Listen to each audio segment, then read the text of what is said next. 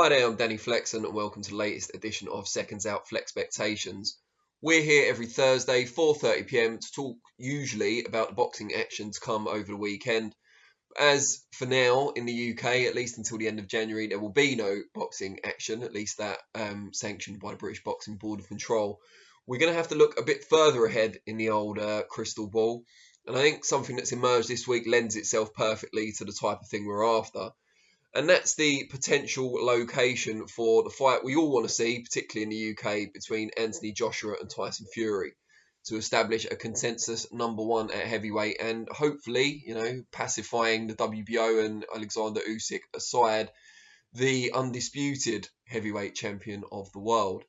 Now, while we all would ideally like to see this fight, well, I say we all, while everyone in the UK certainly would like to see this fight take place here at home, two top UK heavyweights, something we're not used to saying in the past 50 years, but we have been more recently.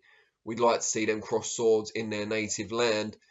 It already seemed very unlikely before the latest round of coronavirus restrictions. Crowds in small amounts had just started to be allowed back in to UK venues towards the end of last year. And there was a glimmer of hope despite the Middle East and the US being ahead of the UK in the betting to stage this mega fight, that the UK was still in with a shot. Now, even with the vaccines being rolled out, coronavirus figures are at their highest they've ever been in terms of hospitalizations and sadly fatalities. So now we have to wait and see what the Board of Control decide in terms of when to allow boxing to come back in. Eddie Hearn, who would obviously be a vital part of the Joshua Fury fight, has already talked about him wanting to announce, I think, 5 shows. And these would be hopefully in the UK. But if the UK is not ready, he's happy to take his show on the road, so to speak, and put them on in foreign lands just to get his fighters out and to satisfy his broadcast partners at Sky Sports and DAZN, which is completely understandable. But the latest developments, while tragic for the UK and the world at large, is particularly difficult in a boxing sense because the biggest fight we can make this year, probably in all of boxing, is one involving 2 Brits, and it makes it far, far less likely that it will take place in the UK.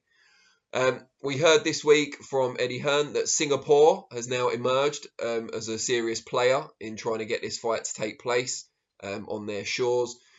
I'm not sure I go along with that. I mean, yeah, the fight may go where the most money is, but I think the Middle East is still a favourite, predominantly because they've promoted in the region before, Matchroom have, and so have other major promoters, including the World Boxing Super Series.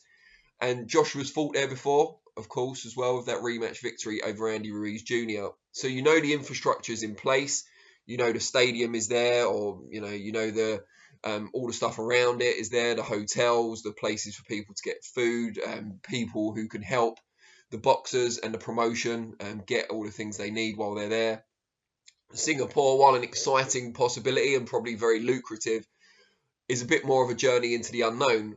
Saying that, Saudi Arabia was to begin with, but then even Matchroom didn't venture there until other promoters had gone before with slightly smaller shows. So there's no testing ground just yet for Singapore. The US is still in play. They're letting fans in to an extent in certain areas. We saw Canelo against Callum Smith, a very successful event down in Dallas. It's just a strange one, though, to see Fury and Joshua cross swords in America. And I guess the added bonus of it being in the Middle East is that it would be pretty much prime time UK. So if it was going to be a Sky Sports box office or BT Sport box office pay-per-view, or a combination of the two, which seems most likely at this stage, it would be roughly UK prime time when the 2 fighters would get into the ring, which is what we'd like to see. Now, Hearn seemed very hopeful. He sounded an optimistic tone throughout negotiations. He thinks the fight could be done, signed, sealed, delivered. I'm yours. Sorry, I had to. Within a couple of weeks. I'm not sure I share that optimism. Obviously, I'm not as close to negotiations as Hearn is, but I'm also not as prone to self-promotion. So we shall see what happens. But yeah, if it is sealed, and that would mean some sort of deal being arranged with Usyk and the WBO, and also between Sky Sports and BT Sport, I think it'll be a lot easier because it's happened before for ESPN, who work with Fury in the US, to come to an arrangement with Joshua, who I believe is a free agent in the US, but the Zone seemed to get first refusal on his fights. So I think that's easier for them to either split or work out some sort of deal. You know, DAZN are a subscription service, ESPN are a subscription service. So there would be a way that they could split the event, I'm sure, and parties have worked together for the greater good in the past as well, and it will be a huge money spinner. But the US market would be less important if it were taking place in UK primetime, if it is in Saudi Arabia or somewhere else in the Middle East. Qatar is often mentioned when these big fights come up and has yet to host one just yet. So keep an eye on them as a kind of lively outsider, if you like. I think the most important thing after the year we've just had, where boxing's been, stymied, as so many industries have by the coronavirus pandemic, is that we see some of the bigger fights that can be made. Now, I'm not confident that we'll see Errol Spence and Terence Crawford, which is a fight we've wanted for years.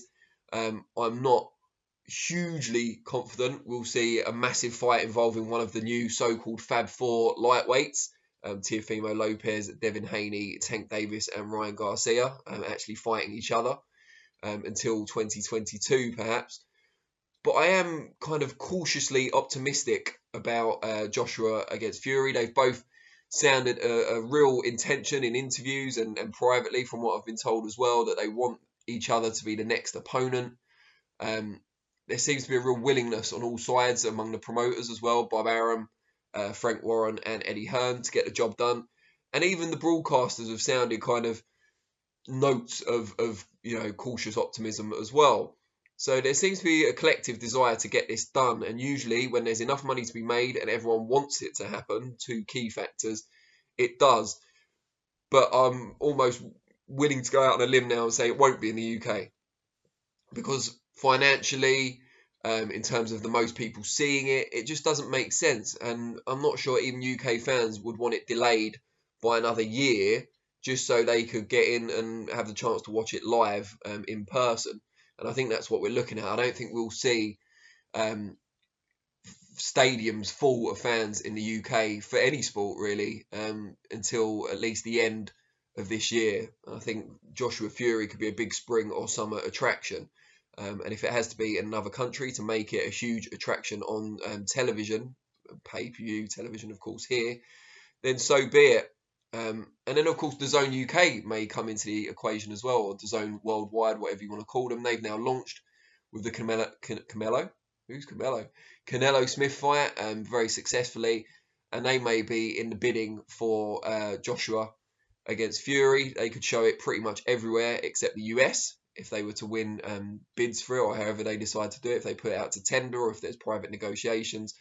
They could show it everywhere, and it'd be a huge coup for them, a huge step forward in their plans for global domination if they could get that.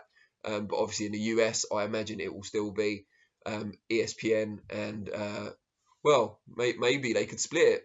Maybe DAZN and ESPN could split it in the US. But ESPN are the exclusive US broadcaster for Tyson Fury. It's a huge deal that he signed, and that will not change anytime soon.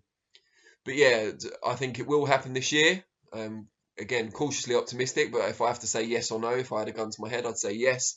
I think it will be in Saudi Arabia, with Qatar as my runner-up and lively outsider.